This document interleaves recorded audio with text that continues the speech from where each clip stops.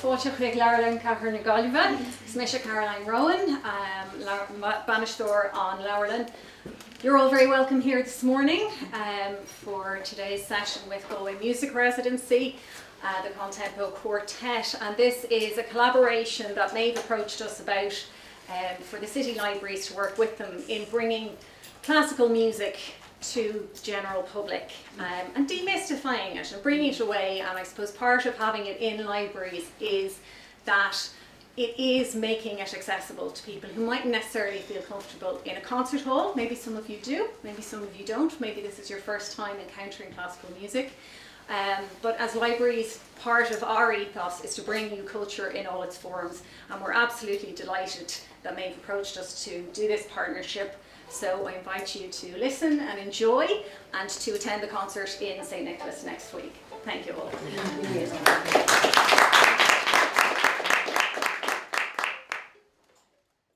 Hi everyone, I'm Maeve. It's my privilege to work with Galway Music Residency. I'm delighted to welcome you all here today. Thank you so much for your patience. We were just sorting out a few final details. So, Caroline has done an amazing job of explaining Music Unveiled, and if you're here, you're probably curious about finding out a little bit more about classical music, and I suppose our hope is that after this session you'll be able to listen on a deeper level, a more meaningful level, and get more enjoyment out of classical and contemporary music. So I want to say a big thank you to our partners for this project. The City Council, Arts Office has made this all possible, and we're so grateful to them for their support. And then we're so thrilled to be working with the music department in the University of Galway, who we work with in the classroom all the time, but we've dragged Aidan Thomson, Dr. Aidan Thomson, out of the classroom and into the library for this session, so we're so grateful to him as well. And to the libraries, we're rotating the series around the libraries between Ballybane Library, the City and Westside, so that we're reaching all of the communities in Galway City. So you can follow us along if you like, and if you can't make it to the other libraries, everything will be online to watch as well. So I'm going to pass you over to Dr. Aidan Thomson now, who's going to talk a little bit about the final movement of Haydn's Bird Symphony, which is part of our Woodlands Wonder programme that you'll be hearing next week. So I hope you really enjoy it. I hope you get loads out of it. And over to Dr. Aidan Thomson. Thank you so much.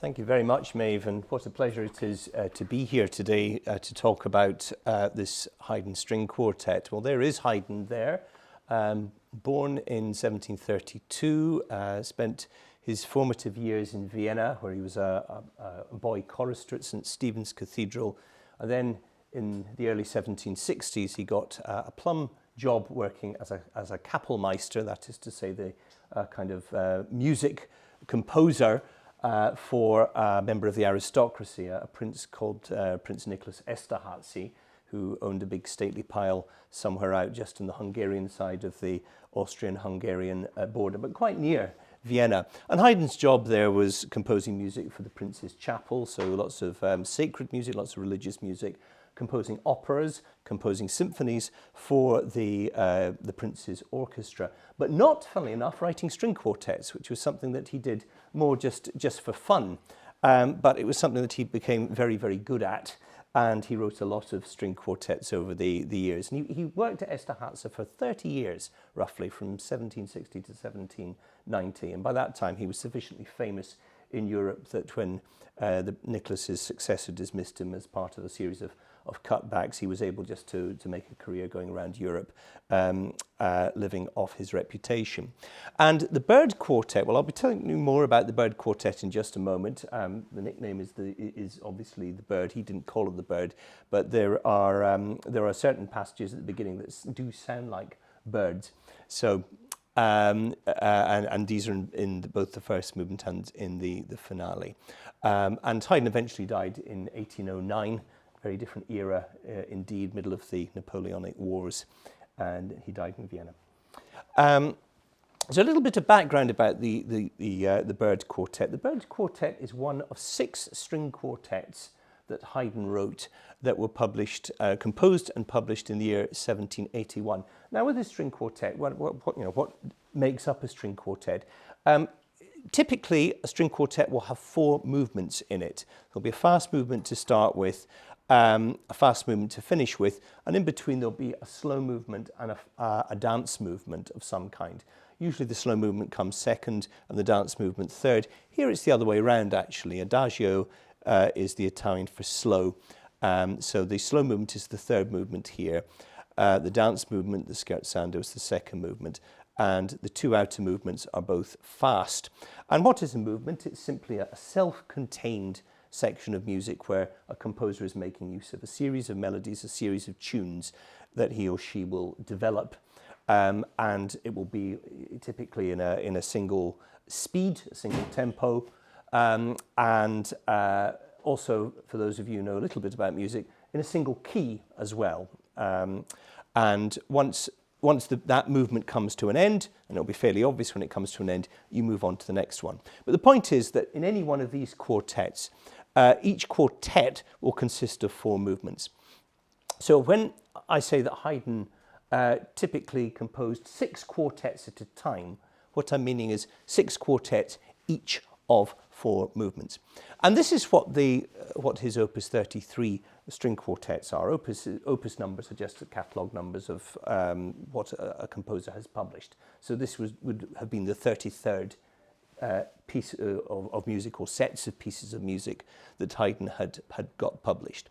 And it consists of 6 string quartets composed in 1781, dedicated for what it's worth to the Grand Duke Paul of Russia, and published by Artaria Publishers, who are a leading firm of publishers in Vienna.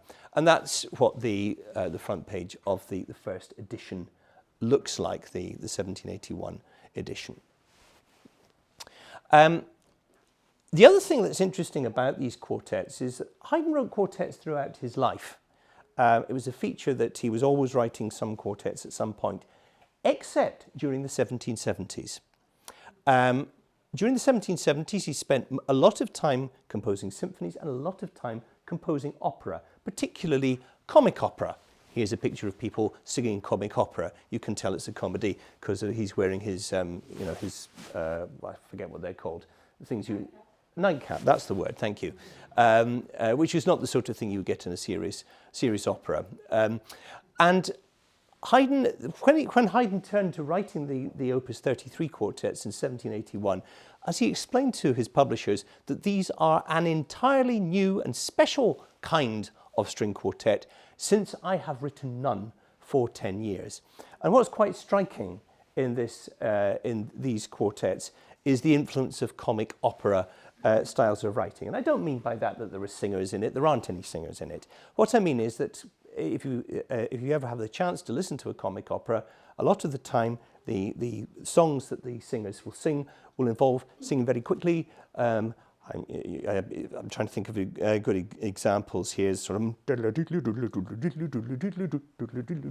imagine singing one syllable to each of those notes very, very fast, and that kind of fast rhythmic style of very repetitive writing is quite typical of a lot of the string quartets in this section.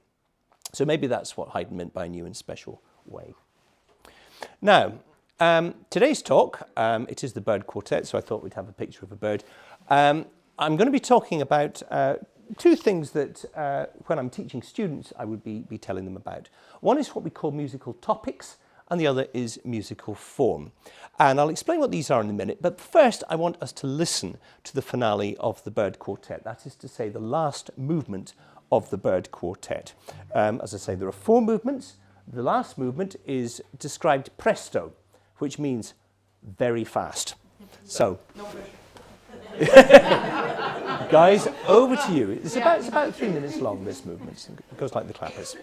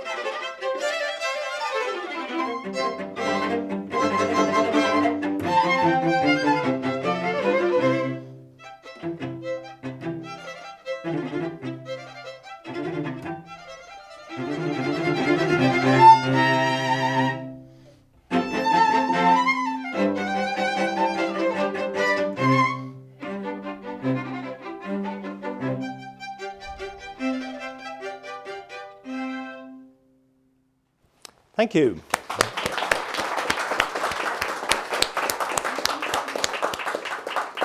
As I said, it goes like the clappers.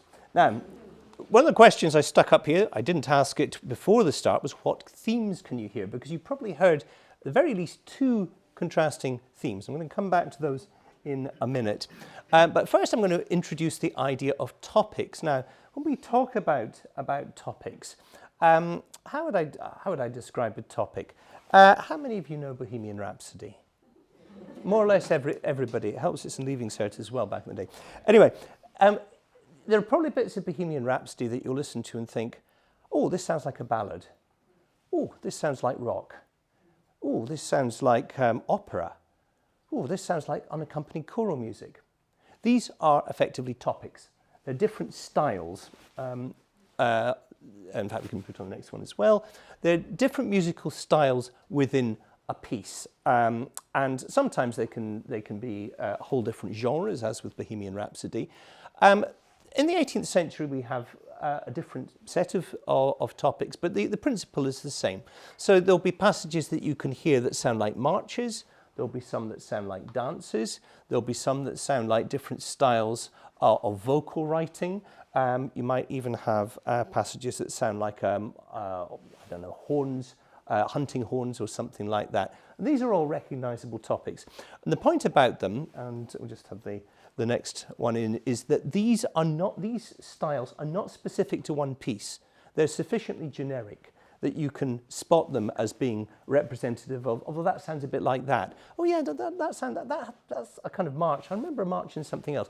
There's going to be connections between lots of different pieces that are all using these different topics, these different generic styles. And it's a particular feature of music in Haydn's era. So we're talking the late 18th century here, the so-called classical era, that the likes of Haydn and Mozart and Beethoven were using different topics in their music all the time. And what I'm going to be doing today is to explain two of the topics that we hear in this movement. And the first topic that we're going to hear is, well, if you just play could we just play the opening bars up to maybe bar 22?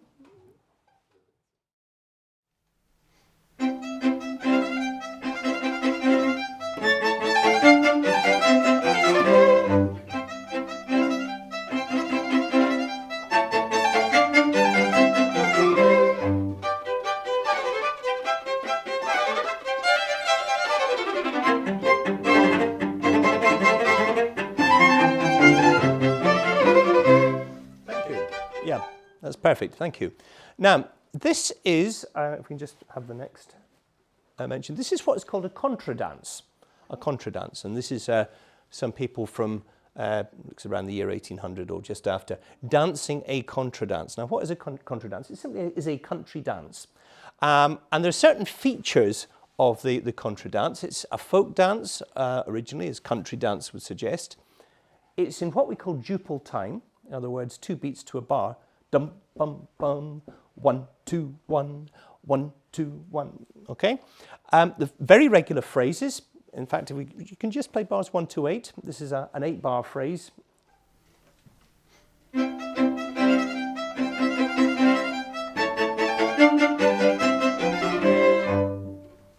Okay, so very regular phrases, as you need to, because if you're dancing, that's kind of essential, unless you've got 3 legs.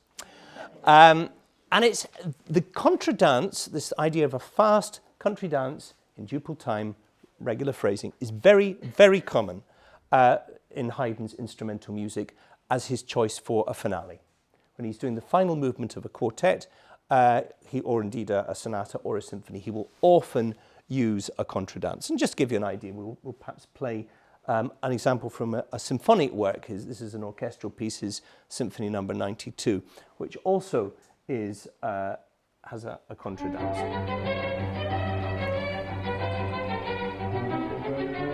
Slightly faster. 1, 2, 1, 2, 1, 2, 1, 2, 1, 2, 1, 2, 1, 2. And it gets a lot of excitement, a lot of momentum.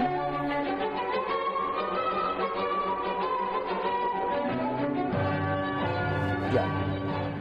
Okay, just gives you an idea of the fact that it's, as I say, it's not just this one work, it's something he does more generally. And of course, for an audience of the time who would be familiar with what a contradance is, because they were probably dancing it themselves, this is something they would recognise immediately, and it's something they would almost come to expect. So, but just one last thing before we move on from this is I just want you to listen to the very opening of, perhaps Bogdan, if you could just play your part.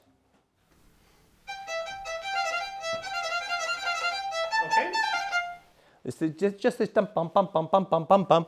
That figure, dum bum bum bum. That's one that you're going to hear throughout the movement. You get it all the time. It's in musical terms, it's the interval of a third. Bum bum bum bum bum bum bum bum.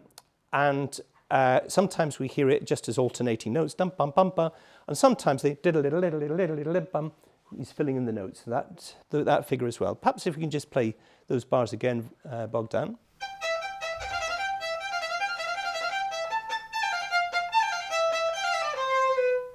So just keep in mind those rhythms, the dum bum bum and the diddle diddle dum bum. It's all based around this one interval. Haydn's very good at making a lot of really very little actually in his composition. So that's our contradance topic, and that's our first theme of the movement. Now let's listen to the second theme, and this is what we call the Turkish style, and perhaps if we just listen to it first of all, and this is bar. Yes, if you want to do the repeat with it as well, thanks, Bogdan.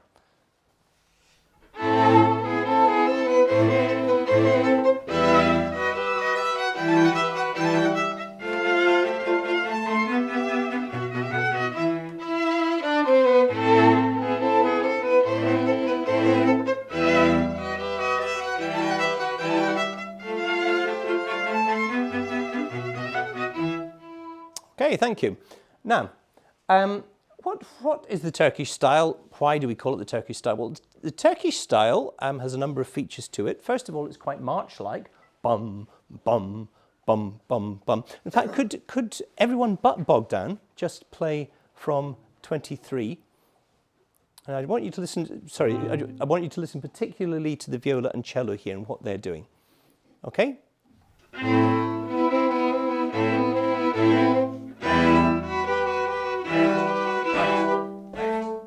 Okay, it's kind of march-like. Very static harmony. You'll hear that you're just playing the dum, bum, bum, bum, bum, bum, bum. So very, very slow-moving chords. And then the melody, Bogdan, can you just play your melody there?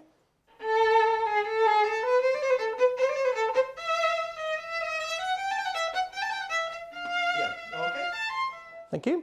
And that melody, da, da, da, da, da, da, da, da, da, da, it's just kind of circling around the original note. And these are all features of what is called the Turkish style. Now, if this was an orchestral piece, we'd probably have percussion as well. Next slide. And I'm just going to play you an example of this, but before I do so, I'll just explain why it's called the Turkish style and what this kind of fascination with all things Turkish was in Haydn's time. Turkey used to be the dangerous country in Eastern Europe. In the late 17th century, the Turkish army was on the edge of Vienna, and it was only a major battle that managed to force them back in 1683, after which Turkey's army lost a lot of its previous reputation, and it started to retreat southwards and eastwards.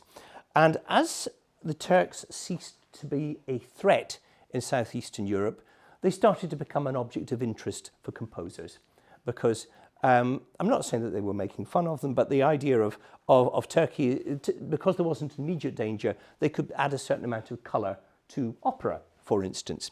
And it was quite common for composers to write operas on Turkish themes. And here's an example of one such opera, Haydn's L'Incontro Improviso from 1775.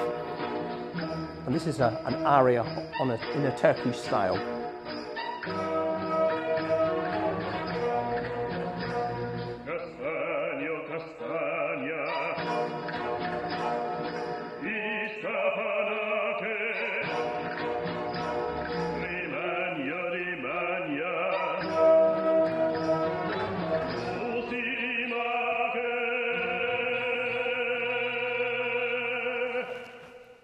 You get the idea. And the opera has a Turkish theme to it. And indeed, that's a picture from it. So the point is that when we hear music in the Turkish style, with this kind of static harmony, it's basically depicting the exotic. So we've got two different styles, two different topics in this piece. We've got the contradance and we've got the Turkish style. The contradance is for the first theme and the Turkish style for the second theme. So the contradance is a fairly easy one to develop because you've got these dum bum bum bum and this little interval that you can keep playing around with.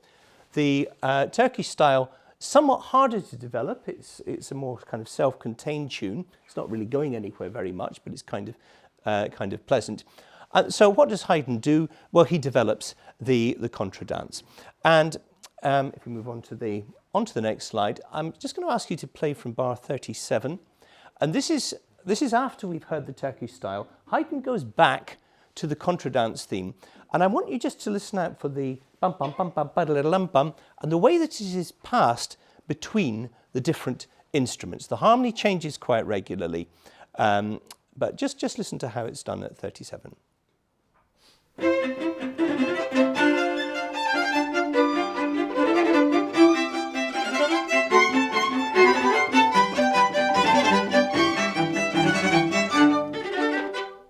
Okay, did you hear that? The dum bum bum bum bum. I think everyone had it at some point, actually. And it's just a little harmonic sequence, but it's the same figure. And then when we get to the point that we've just reached, Haydn breaks it down still further. So instead of hearing it as dum bum bum bum ba we just hear the fast bit to begin with, and then laterally just the dum bum bum bum bum bum, just the two-note figure as well. So could you go from 51? 51 second. Yeah. Let's go from the first. Okay.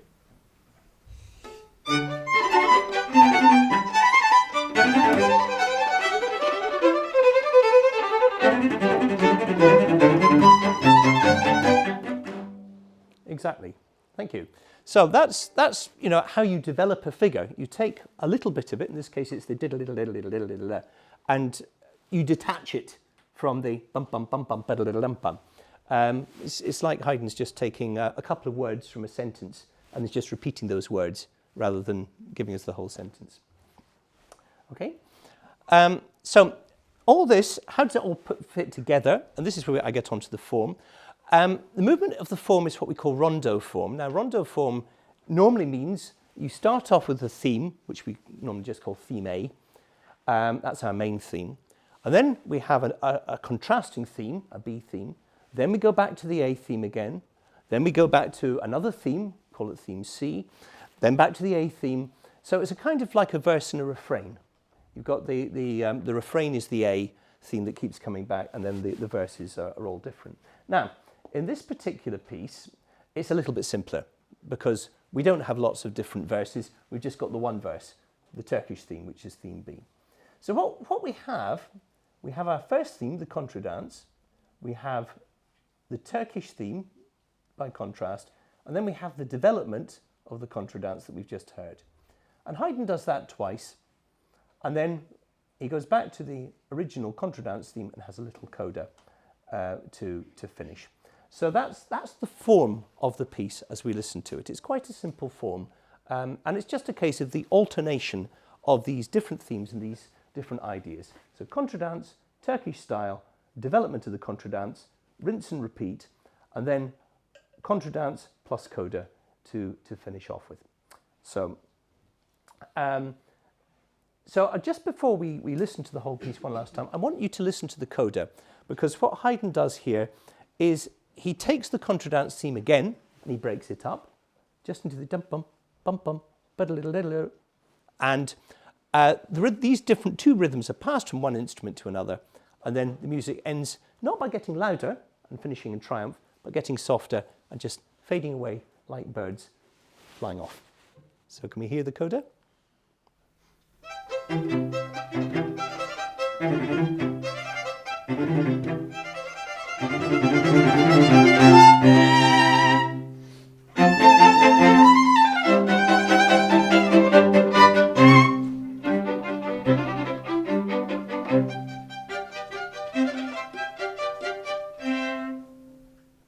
Such a lovely ending, isn't it? It's almost as if it's someone's just blown a little bubble and it's floating off.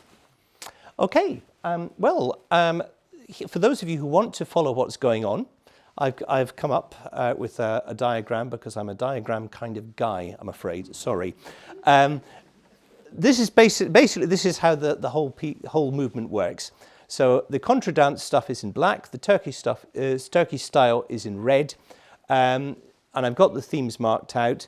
The bars are just, just to give you an idea roughly how long the movement is and what point we are in it. But as we listen to it, I'll point out the different things as we come to them. And there are various changes of key at various points. The whole movement is basically in C major, but occasionally we do go into other keys as well. Would it be okay to play it through? Could we play it through? Okay, I will use my finger here is where we are at any one point, okay? So, over to you guys.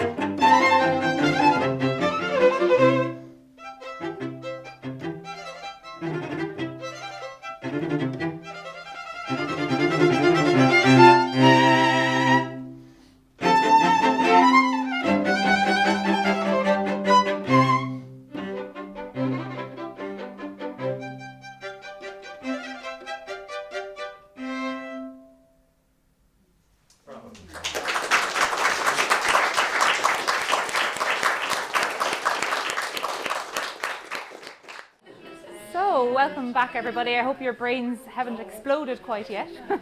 By the end of this, they might. This is Jane O'Leary. Jane O'Leary is a fantastic composer, and we're so lucky to have her here in Galway. And we're also so lucky that she was one of the people to have the idea of this residency that we are still going here more than 20 years later. So we owe Jane a great debt. And we are going, yes, bravo.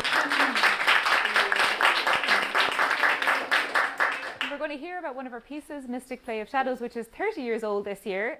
So I'm going to hand you over to Jane. I hope you enjoy, and we'll see you next week, hopefully.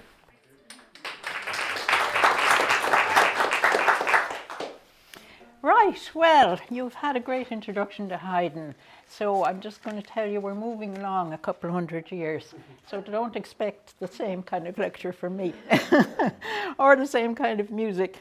Haydn's piece was written about 250 years ago. So mine, as Maeve mentioned, was actually written 30 years ago. And it's quite interesting to look back at something that was written so long ago. It's had a good life. It's been played by many quartets in many countries, etc. But it's lovely to have it coming back to life now here in Galway. I'm delighted with that. So 30 years ago, ConTempo were just getting together in Bucharest as students. And it's their anniversary this year as well, 1995.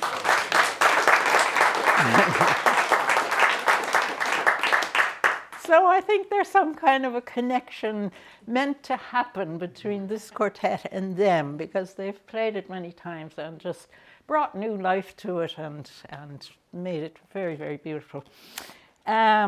So I'd like to tell you about the background just for a little bit. I had gone up to an artist residence in County Monaghan, the Tyrone Guthrie Centre. I don't know if anyone's heard of it. I see a couple heads nodding. The Anna McCarrig, it's called, and it's run by the Irish and Northern Irish governments. It's near the border.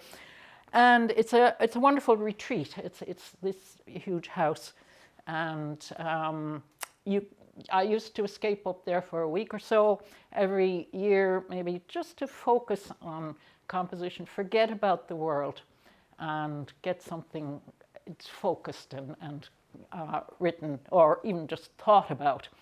So I had gone up to work on a different piece, and while I was there, there's a beautiful lake in front of the house, and I walked around, and there's woods all around. And in the evenings at dusk, I just really enjoyed these walks. And as soon as I was there and started walking, a different piece took over my brain, and this quartet emerged miraculously, almost complete at the end of the week. I couldn't believe it.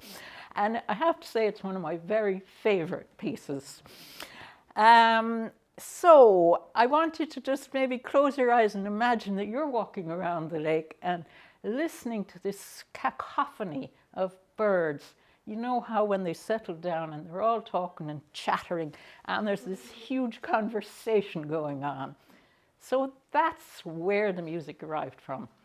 Now, I'm not like Haydn, where I'm going to be following a pattern and you're going to say, this happens, then that happens.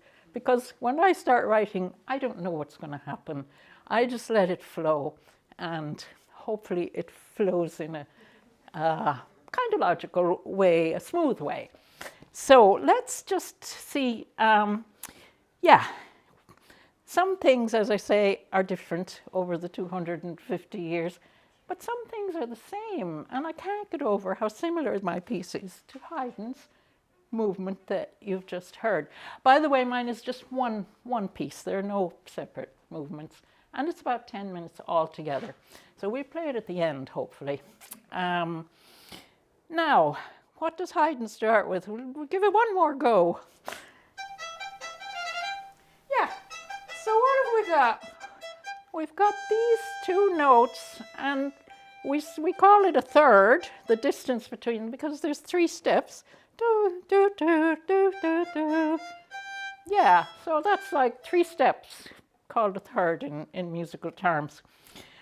And let's just see, but that's the motif that I use throughout my piece. That interval of the third, and filling it in with the steps but it goes in different ways. So Bogdan, do you want to play the opening in the violin part only, first violin part?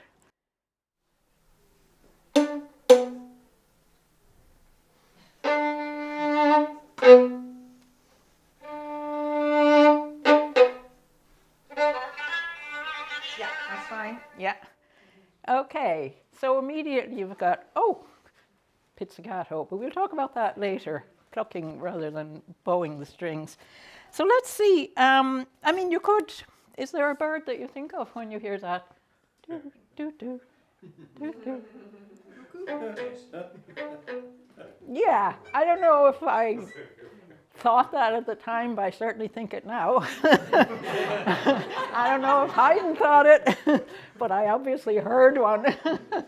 So that was in my head. So let's look at what we do in the second violin there. It's a twisting idea, filling in the three steps and over again, but just slightly shifting the emphasis with those three notes. Oh, wow. Can you slow it down? just do one. Yeah, so when you speed it up and when you put the bow right up against the bridge, you get this really shimmery sound. Once more.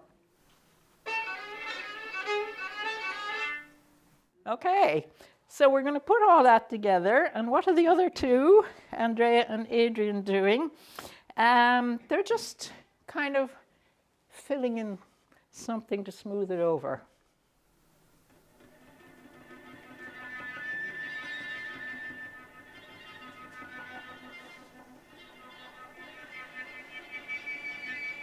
Thank you. The mysterious side.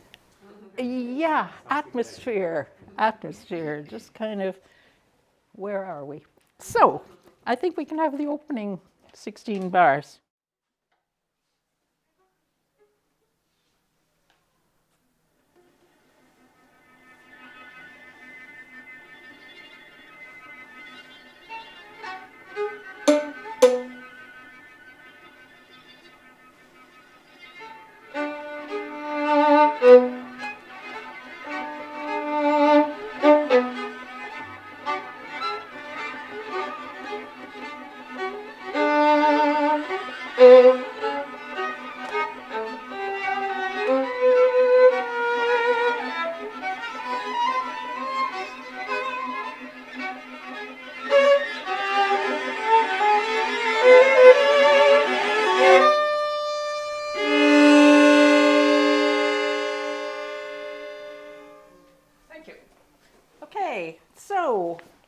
Getting into the woods and we're wandering along, and it's all different ways of playing with this two-note interval filled in or not filled in.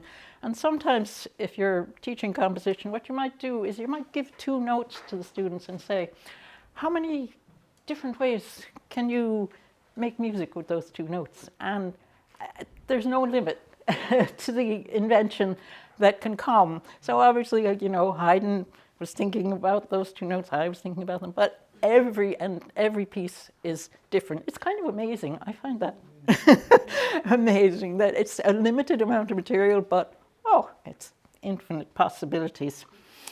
So let's just go a little bit further and see some of the things that I've done with this.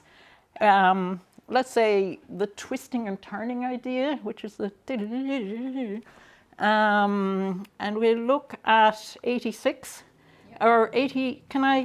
Everybody's going to join in with what Ingrid had on her own at the beginning. So Ingrid, could we just take violin 2 at 89? Yes. And this is the twisty bit again.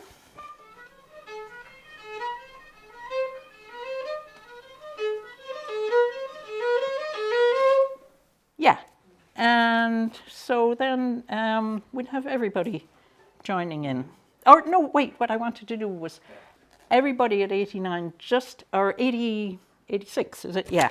Just play the twisty bits. That's what I wanted to go. So if you start at 86, but only the twisty bits are played, okay?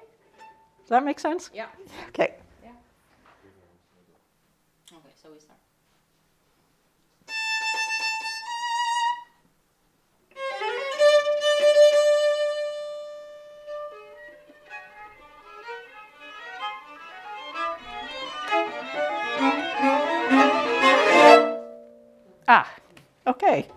So they all kind of come together eventually. So you're going to hear that little idea.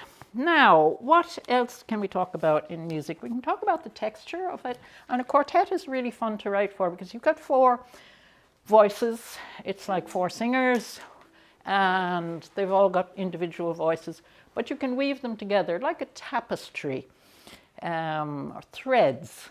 I think of it as threads being woven together, really. And they make a one unit out of the 4 voices. But as well as that, we've got a lot of different sounds that can be made.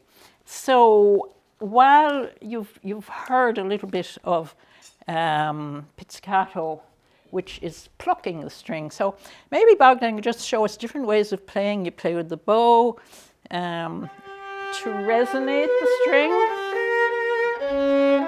and you can pluck,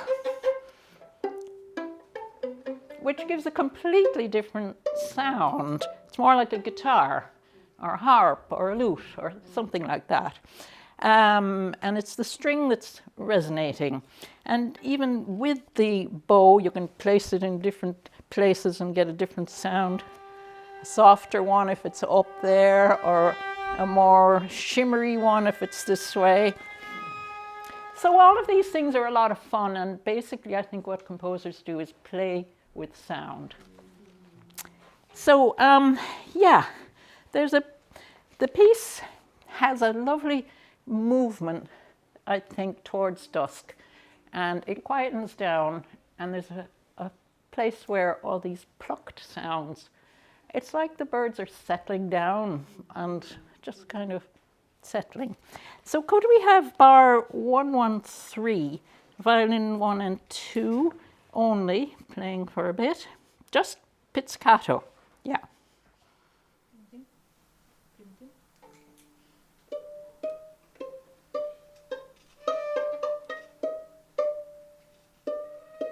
Yeah, don't play the arco.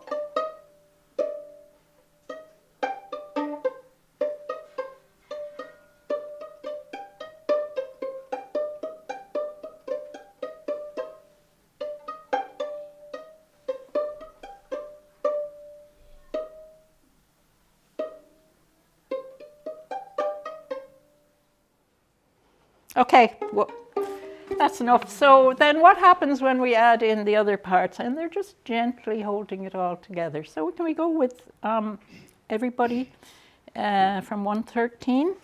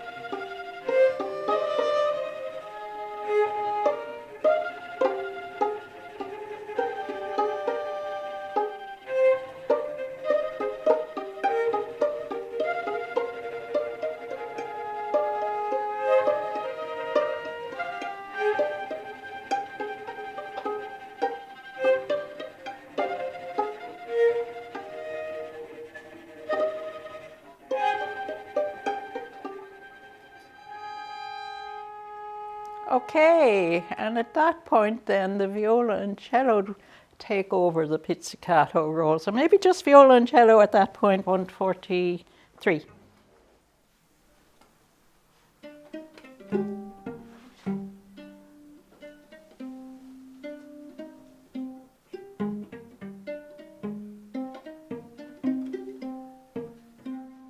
Yeah, okay, and with the others from 143, just that little bit.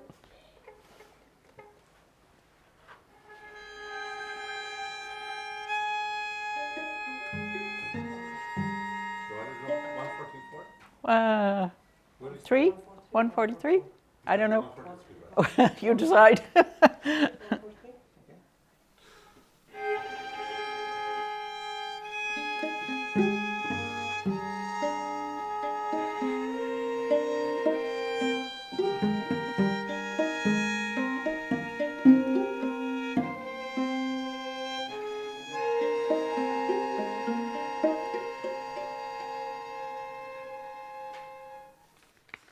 Yeah, so I think I was probably thinking I'll just drop it down from the upper area of pitch down to the lower instruments, and the whole thing kind of settles down as the sun sets.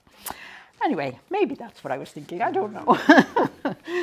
So, yeah, I think of it as a conversation, and maybe it's a conversation between the birds. Maybe they're all chattering together, but sometimes not all together, and one is, you know, you hear one bird, don't you? Out above the others, really loud. and sometimes they're silent, some of them. So there's this kind of varying texture all the time.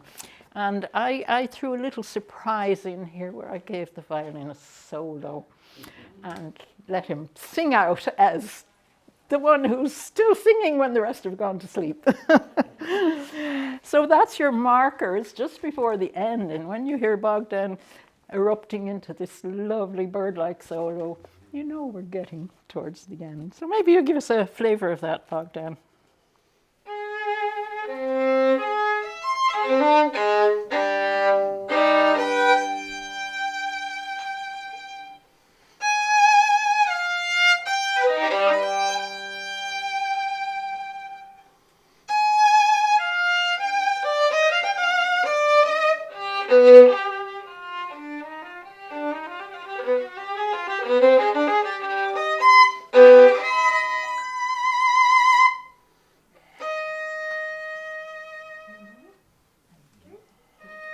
Yeah, that's grand.